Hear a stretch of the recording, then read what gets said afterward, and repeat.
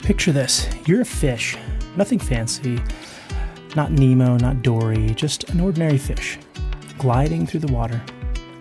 And here's the thing. You don't even notice the water. You don't question it. You don't resist it. It's just there. It shapes everything you do. But you're so used to it, you don't even see it.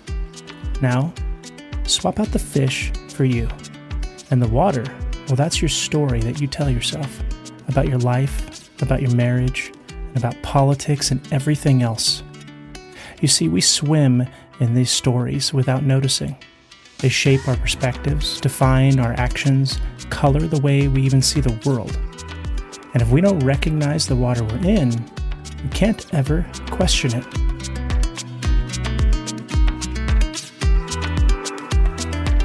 Well, hey everybody, welcome back to another episode of the Voyage Cast. I'm Eddie, your host, and today we're diving into something that most of us live inside every single day without even realizing it. The invisible stories that shape how we see marriage, politics, and honestly everything. All right, let's get into it.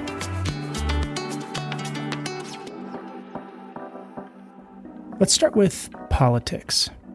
Because if there's ever a place where the water is thick, it's here. It gives us a sense of control, identity, security.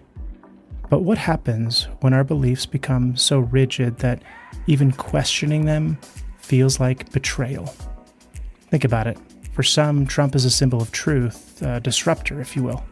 For others, he's chaos incarnate, Hitler, as it were.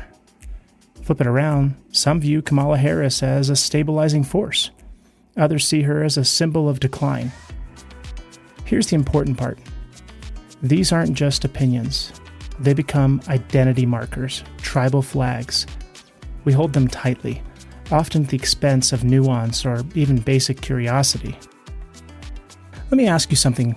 Can you explain the other side's perspective without sarcasm or judgment? If not, you're not just swimming in the water, you're drowning in it.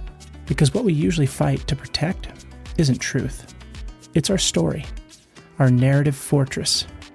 That's why most political debates don't solve anything, as you can probably see when you watch them. They're not about clarity, they're about validation. And guess what? Truth and compromise, they're usually the first casualties.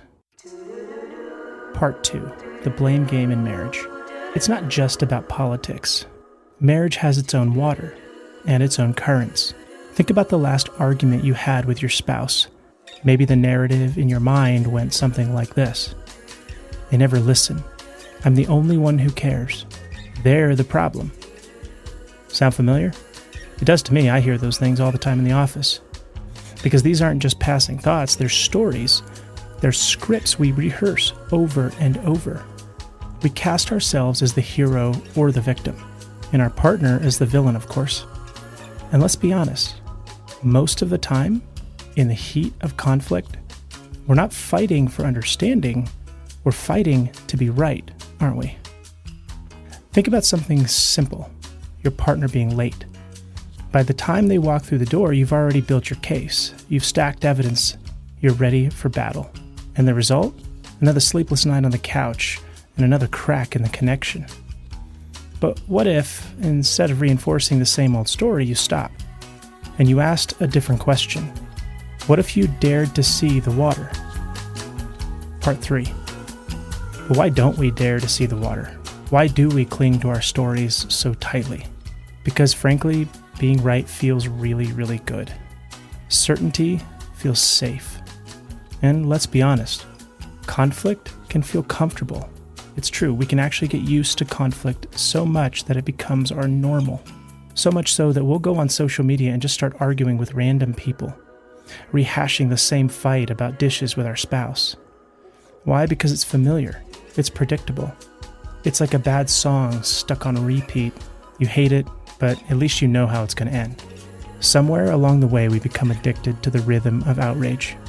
Political headlines, petty arguments, blame games, all distractions from scarier, messier realities. Like compromise, vulnerability, and even owning our part without blaming somebody else. Part 4, the things we miss. Reality, it's messy. Anybody who lives in it knows that. And it's complicated. Anybody who lives in reality also knows that too. And it's rarely what we want it to be, because we're constantly trying to change it to something that usually doesn't exist. Fact, your partner said, "You don't listen to me." Fact, cohabiting before marriage actually increases the odds of divorce. Fact, around 64% of eligible voters showed up at the last election. What do we usually do with these facts? We dismiss them, or we twist them into ammo to defend our story. Rarely do we pause long enough to ask, what does this really mean? What part do I play in it? Are these actually facts? Have I investigated on my own to develop some kind of better, more coherent understanding of them? Probably not. Because most of us just hear these facts and just assume that they're correct, or false, depending on what you'd rather believe. Now, in my researching, I have found that these are correct. And I have found in many of my sessions that partners will say, "You don't listen to me." This is a very common complaint. But unless we actually are willing to look it up, we will really never know. Unless we actually say, "I might be wrong, maybe I'm not actually listening," then I might start listening, and I might actually understand that what I'm doing is harming my relationship. Part 5. The radical act of changing lenses. Here's an idea. Next time you hear a complaint, a criticism, or an uncomfortable fact, instead of defending yourself, which you will probably have to bite your tongue until it bleeds, I know, and instead of doubling down on whatever rebuttal you have, pause. Ask yourself, what if this were true? What's my role in this? What am I missing? Because I'm stuck inside my own story. Now, this isn't easy. Biases feel cozy. Certainly they feel safe, but real growth, well, it's found in discomfort, isn't it? And I promise you, it's always discomforting to drop your armor and sit with the ambiguity. Part 6. Here's something you can do today. Take 5 minutes. Think about something that frustrates you. Maybe it's a political issue. I mean, that's popular these days, like the greatest sporting event of all time right now. Or your spouse's criticism that maybe hits a little closer to home.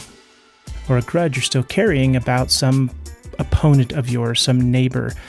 Maybe it's your spouse. Maybe your spouse is the opponent. Maybe it's your child. And instead of filtering it through the story, you always tell yourself, look at it honestly. Where is the truth in these stories? Where might there be something I'm misunderstanding? And what role are you playing in keeping the cycle alive? Because you probably are keeping the cycle alive, just as an FYI. This is how you start to see the waters that you swim in. It is uncomfortable at first, for sure. And your certainty might feel like it's waning. Your assumptions start cracking a little bit. But in that space, real clarity is born. Politics lose their venom, marriage gains warmth, and you begin to relate to yourself and others with a little more grace. You've always been swimming in the water, but now you can learn to see it. And when you do, you won't just defend your story anymore. You'll live a better one. All right, thanks so much for joining me for another episode of the Voyage Cast. If this hit home for any reason, please share it with a friend. Shove it down their throats because they probably need it. Share it with your family. They also probably need it. Give us 5 stars because it does help with the algorithm gods. And also, if you really like what we're doing, join us on Patreon and support us, please. Because this helps us make the content for free for the rest of those that aren't paying to support us on Patreon. Anyways, thanks so much. We'll see you next time.